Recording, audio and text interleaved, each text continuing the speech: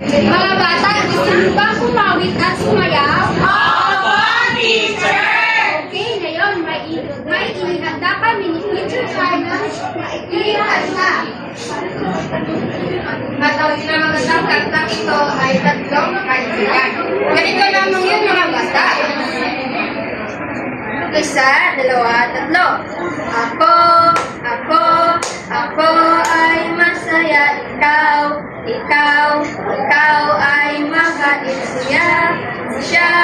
Siya ay masipag. Tayo'y tatlo'y magkaibigan. La, sumayaw sayaw at kumindat-kindat.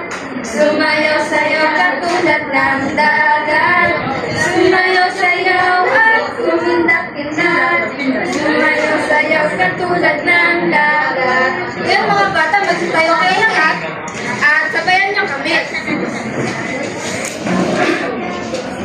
Handa na ba? Opo, teacher! Isa, dalawa, tatlo. Ako ay masaya. Ikaw ay mabait. Siya ay masipag. Tayo'y magkaibigan. La, sumayaw sayaw at kumindat-kindat. Sumayaw sayaw tulad ng dagat. Sumayaw sayaw at kumindat-kindat. Sumayaw sayaw tulad ng dagat. Ngayon naman, magbabasa tayo ng maikling kwento na pinamagatang ang aming pangarap. Nagbabasahin muna ni Guro at pagkatapos kayo. Wow! Ang galing mo palang umawit. Wow, ang galing mo palang umawit! Ikaw, Rico, ano ang gusto mo paglaki mo? Ikaw, Rico, ano ang gusto mo paglaki mo? Rico, nais kong maging isang engineero. Nais kong maging isang engineero. Gusto kong gumawa ng disenyo Gusto kong gumawa ng disenyo na maganda tulad ng aking na maganda tulad ng aking Tio Alfredo. Tio Alfredo. Siya ang naghikayat sa akin Siya ang naghikayat sa akin na maging engineero balang araw. na maging engineero balang araw. Marilu, ako gusto ko maging dentista. Marilio, ako gusto ko maging dentista. Gusto ko tumulong sa mga taong mahirap sa ngipin. Gusto ko tumulong sa mga taong mahirap sa ngipin At ayusin ang kanilang ngipin. at ayusin ang kanilang ngipin. Naintindihan lang ba mga bata? Opo, teacher! Ngayon, may mga katanungan si teacher na dapat ninyong sagutan. Kapag sinabi ni Melvin ang salitang ikaw, sino ang tinutukoy niya sa kwento? Yes, si Rico. Tama, si Rico ang kanyang tinutukoy. Kapag naman, sino naman ang tinutukoy kapag sinabi na siya? Sino ang tinutukoy na siya kapag sinabi ni Rico na siya ang naghihikayat sa akin? Si Ma'am. Yes, Masha. Si Ma'am Alfred. Tama, si Piyong Alfred. Kapag ako si Marie at sinabi ko ang salitang ako ay gusto ko maging dentista, sino ang kanyang tinutukoy? Ang kanyang sarili ni Carla. Tinutukoy niya ang kanyang sarili dahil ginamit niya ang salitang ako. Ngayon naman, tatawagin ko si Ina dahil upang ipagpatuloy ang generation. Magandang umaga mga bata. Base sa kwento na binasa nyo sa teacher Kat at ang mga tanong na binigay niyo sa inyo, ngayon ay pag-uusapan natin ang mga salitang kwento na ginamit sa tauhan na nina Marilu, Melvin, at Rico at ang mga salitang ginamit nila ay ako, ikaw, at siya. Ano-ano ang mga salitang ginamit nila? Ako, ikaw, at siya. At ngayon ay pag-uusapan natin kung paano nga ba ang paggamit ang usapan ng mga salitang pangalan at kasalanan ng tao, ako, ikaw, at siya. Ayun mga bata, balikan natin ang maikling kwento at bigyan natin pansin ang mga salita na ginamit nila. Ang sabi ni Marilu, ako si Marilu. Ako, gusto ko maging isang dentista. Mga bata, sino ang taong nagsasalita sa pangusap? Yes, Si Marilu, teacher. Marilu, tama. Siya ang taong nagsasalita. Ngayon mga bata, ano ang panghalipan ang ginamit ni Marilu sa pangusap? Teacher, ako po. Yes, ako, tama. Sa susunod ay, sa tingin niyo mga bata, bakit kaya ako ang ginamit ni Marilu sa pangusap? Bakit hindi ikaw at siya? Yes? Dahil ang tinutukoy niya ay ang kanyang sarili. Tama. Sapagkat ako, ito ay ginagamit patungkol sa nagsasalita. Ngayong mga bata, pasayin natin ang pangusap.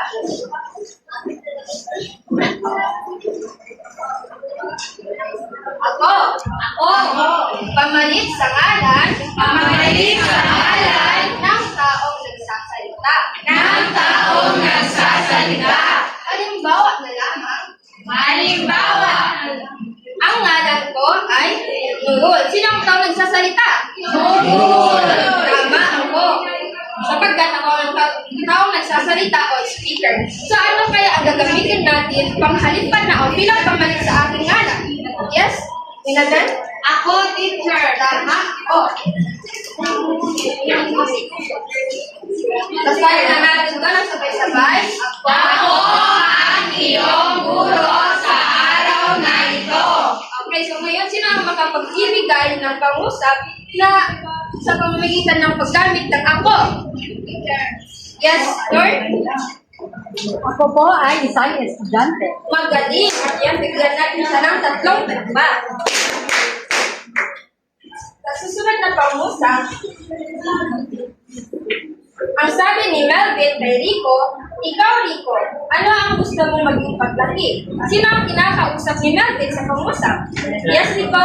Si Rico. Ano naman ginamit ni Rico bilang pamalit sa ngalan ni Iman? Yes?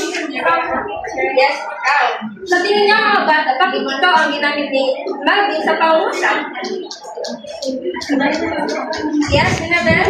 Kasi po, teacher, ang pinakausap ko sa ibang tao. Tama.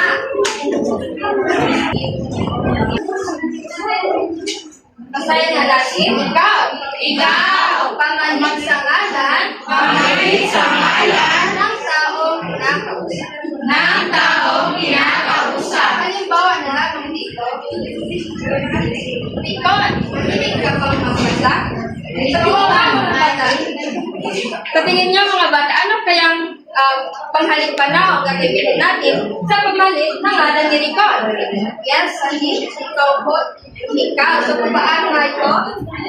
Ikaw, mahilig ka bang magbasa? Tama. Sabi ni Rico. Rico, ikaw mahilig ka bang magbasa? Opo, teacher. Diba, paano mo ito gagamitin sa panghalipan na ako? Ano ba mas Ako ay may mabasa. magaling at yan bigyan natin ng tatlong palakpak sa dito. At pagpuling pangusap, ang sabi ni Rico, tulad ng aking tiyo Alfredo, siya ang nagkayag sa akin na maging isang Alfredo. Sino ang tinutukoy na siya sa pangusap? Yes, Kimberly? Teacher, si Tia Alfredo po. Tiyo Alfredo. Ano naman ang ginamit ni Rico sa pinapamalit sa ngalan ni Tiyo Alfredo? Yes, Annie? Siya, teacher. Siya. Bakit nga siya ang ginamit ni Rico sa pangusap? Yes, Lord? Dahil tinutukoy niya si Tio Alfred. Magaling. Asahan na natin silang sabay-sabay. Siya. Pamalit sa tao. Pinag-uusapan. Halimbawa na lamang dito, si Katrina ang magiging kasama ko sa pagtuturo sa araw nito. Mga bata, ano kayang salitang banao ang gagamitin natin bilang pamalit sa kanan ni Katrina? Siya. Tama. Basahin na natin. Siya ang magiging kasama ko sa pagtuturo sa araw na ito. Naiintindihan ko ba mga bata?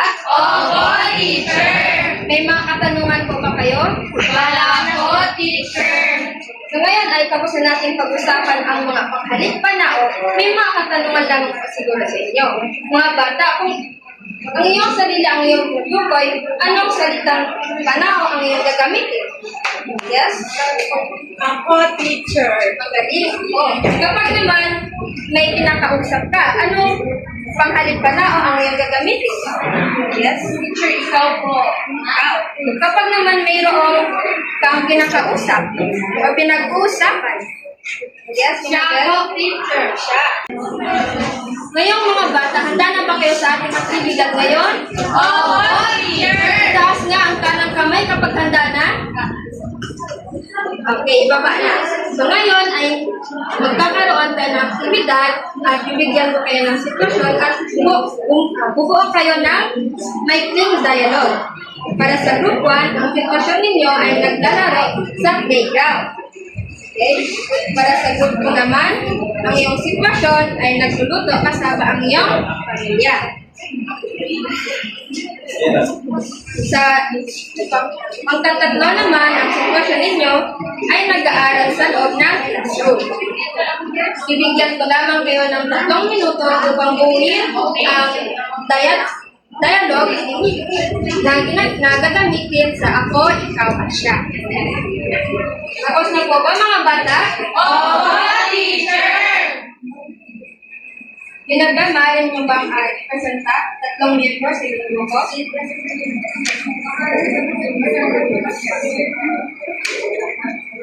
Question. Naglalaro sa playground. Ako ay naglalaro sa playground. Tama. Ikaw ba ang kasama ni Tito kanina? Oo. Siya ang katulong mo sa pag-slide at pagdampo. Magaling at bigyan natin ang pangkat isa ng 5 palakpak. Ngayon ay kukuha kayo ng iyong papel at isulat sagutin ang exam na ito. Panuto, piliin at isulat ang tamang sagot sa salitang pamalit sa ngalan ng tao, ako, ikaw, siya. Upang mabuo ang mga sulat ito sa hagdan. Tapos na po ba mga bata? Opo, teacher. Ipasa ito sa harapan. At kunin nyo ang iyong kwaderno at isulat ang karagdagan luwan. Gumamit ng iyong pamilya at gumawa ng isang pangusap gamit ang ako, siya.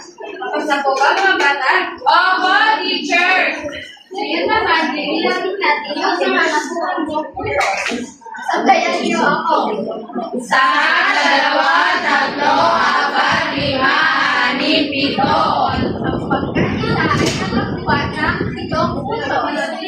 Ang pagkat dalawa naman. 1, 2, 3, 4, 5, 6. Ang pagkat dalawa ay nakaktuwa ng 6 na puso. Ang pagkat tatlo naman. 1, 2, 3, 4, 5, 6, 7, 8. Sa tingin nyo, sino ba ang manalo? Or Tatlo.